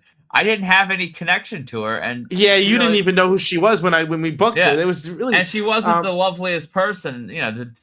as we've talked about. So I mean, I was, but because again, in a weird way, like I'm not as connected to Olivia as I was to Hulk, but I also had these connections, to Olivia in that she represented something that I was really into, but it was just different. This is like, I can sit here and say, yes, my stuff is worth a lot more money, I should sell it, and yet here I am paralyzed. So did I even tell you that I bought a signed Hulk Ultimate off a dude? It's one of the Pittsburgh guys. You'd know him if you saw him, but I paid like $100 or $90 for it a few years ago.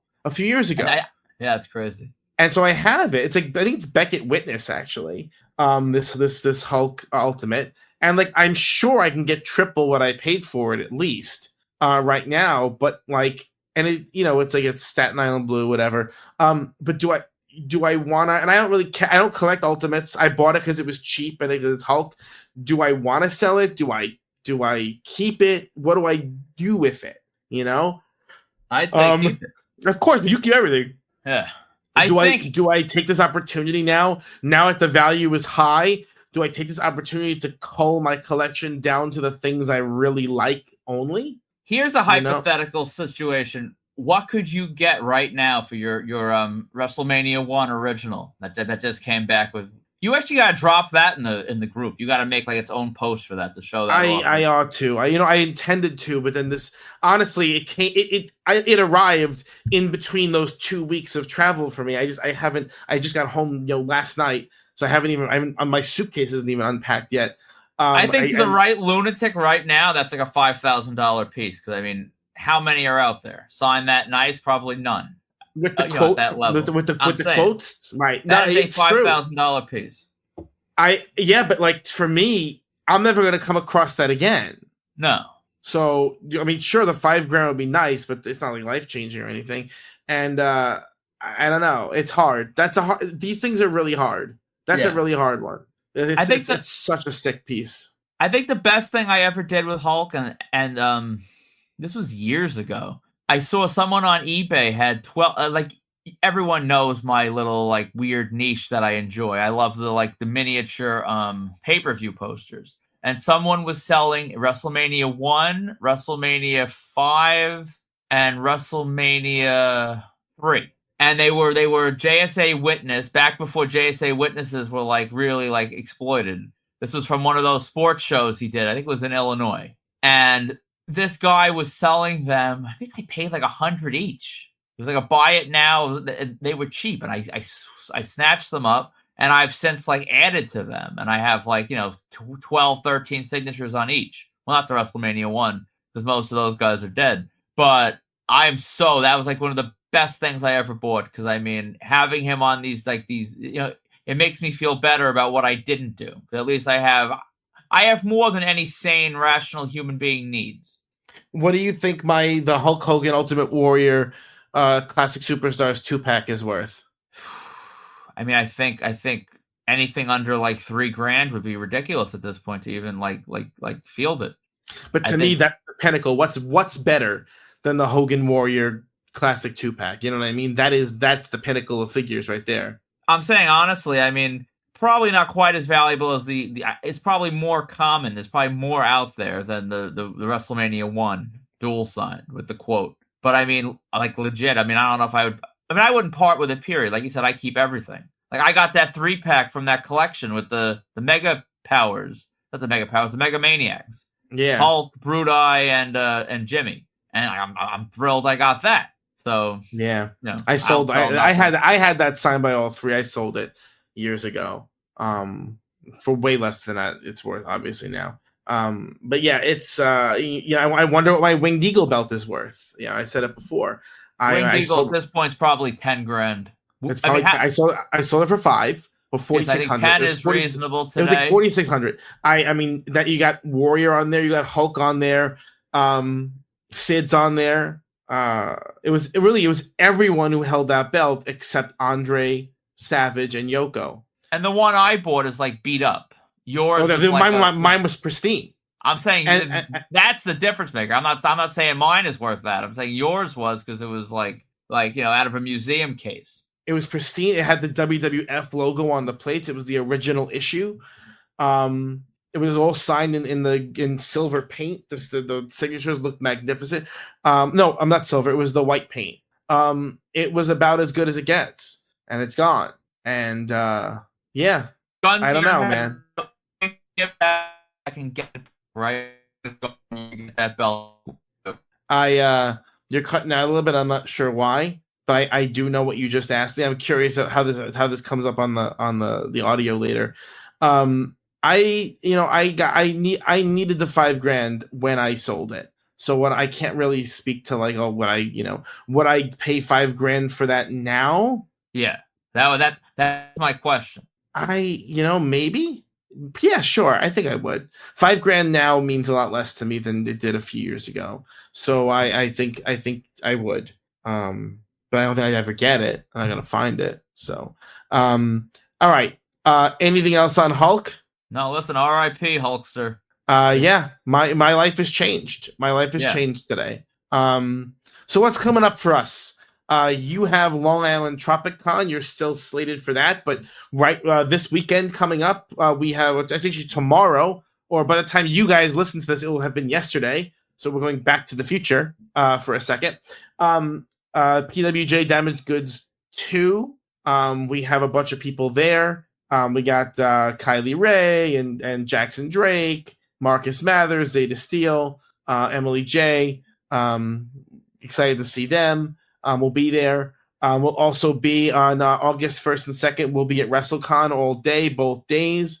So come by the marked out collectibles table and say hello. We have huge vinyl banners. Dana did not want to spend the money on vinyl banners, but I kind of just forced the issue and bought them.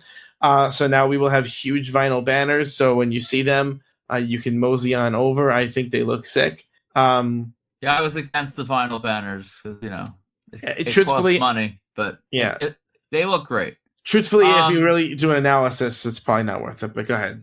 We have a little bit of news. When you have this many talents booked, you have unavoidable disruptions to the scheduled departure and all that stuff with the flight here. So Sean Legacy has sadly dropped out. He will be out of the country. He will not be in town for any of this SummerSlam weekend.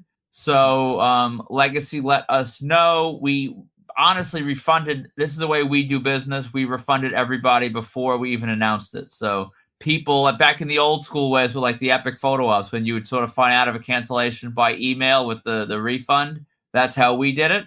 We so we're trying to work something out with Legacy. No more details than that. We'll keep everyone posted on the back end. Just so people understand, we're facing you're facing an impossible situation. We had Legacy booked for months.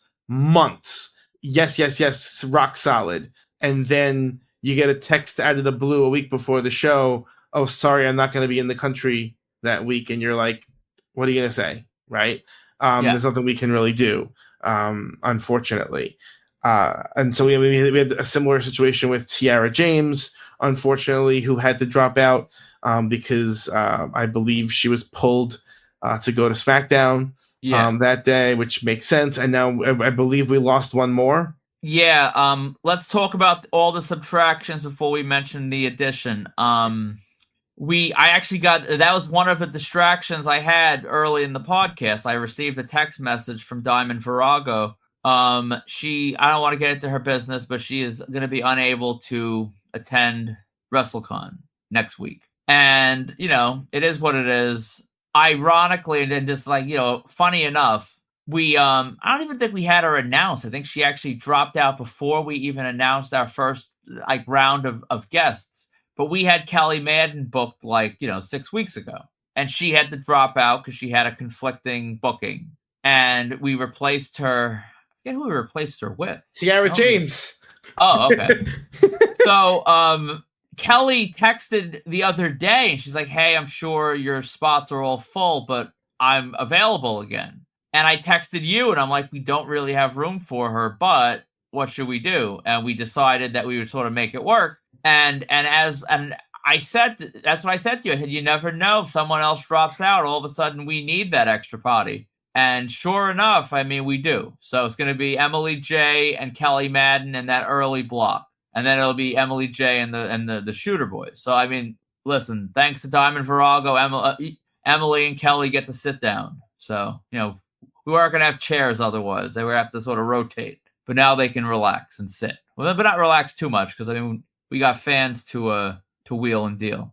But and then so a situation happened where Sean Legacy drops out at the last minute. What the heck can we do? Because I mean, Sean Legacy, he's making waves on NXT. He's a pretty big name now. I mean, for us anyway.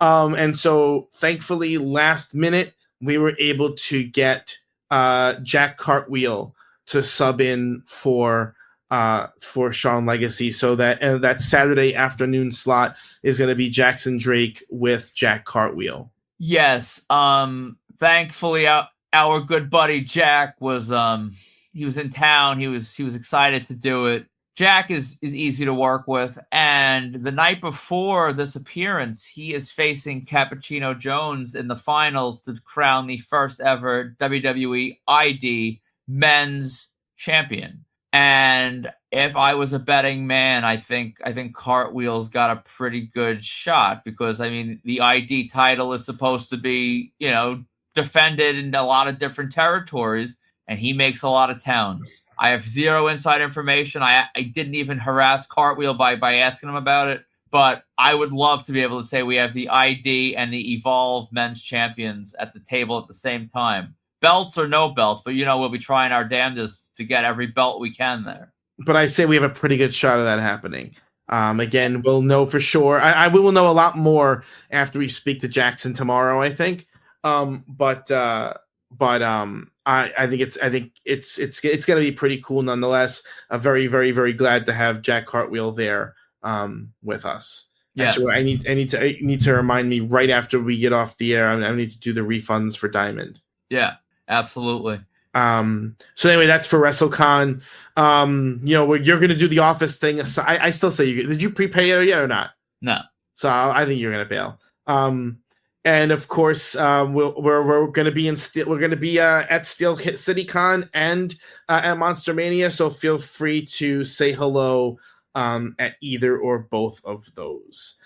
So if you're shopping for autographs, check out www.markedoutcollectibles.com or our eBay store at Marked Out Collectibles. To contact us for any reason, please email markedoutcollectibles@gmail.com or join the Marked Out Collectibles official marketplace on Facebook.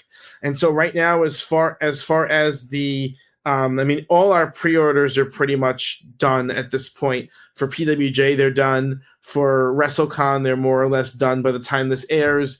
And so the only thing we really have left will be for Mike Tyson private signing in November. Yes, and obviously keep an eye out for Backstock. We are going to come out of WrestleCon weekend with so much announced and unannounced stock that it's going to take me weeks to get it all up there. So we've been doing a lot of wheeling and dealing behind the scenes, let's put it like that. So you're going to have some unbelievable stuff that's going to be hitting the market right away. Yeah, listen, there's a lot of new figures hitting the retail shelves that are like largely wiped out on Long Island thanks to us. So if you're looking for stuff you can't find, I apologize. Hint, hint, hint. So yeah, we've been like lunatics like that, making things happen. So I got to start getting ready. I got to unpack my luggage and figure out what I need for tomorrow. And we're gonna head to New Jersey for tomorrow for PWJ.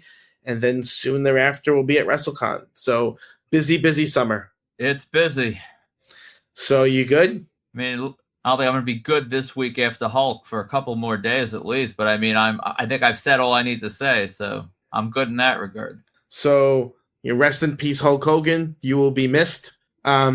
You inspired us, and you, in a lot of ways, cost us a lot of money. Yeah, you cost me a lot of money. And but in a way, I know it's just a character. I know it's just fiction. I know it's all just for fun. But look, I wrote. This is true. I wrote my college essay as a little tongue in cheek. The question back when I was applying to college, it wasn't like it is now, where you can just write about any topic. The question was, who is your hero? And I wrote, kind of, again, because I was like 17 and I thought I was funny. I wrote this whole tongue in cheek thing about my hero was Hulk Hogan, and so this kind of this like little ironic goof. And look, it got me into school. So, like I said, every facet of my youth, Hulk Hogan was there on my freaking college application. So it's very hard to extricate myself from that character, from that icon. So, this is a wild week, and I think our hobby will continue to see sort of shockwaves from this. So, for markedout.com, Marked Out Collectibles, and Marked Out Radio, I'm Sean. And I'm Dana. And we will see you all at the table at WrestleCon.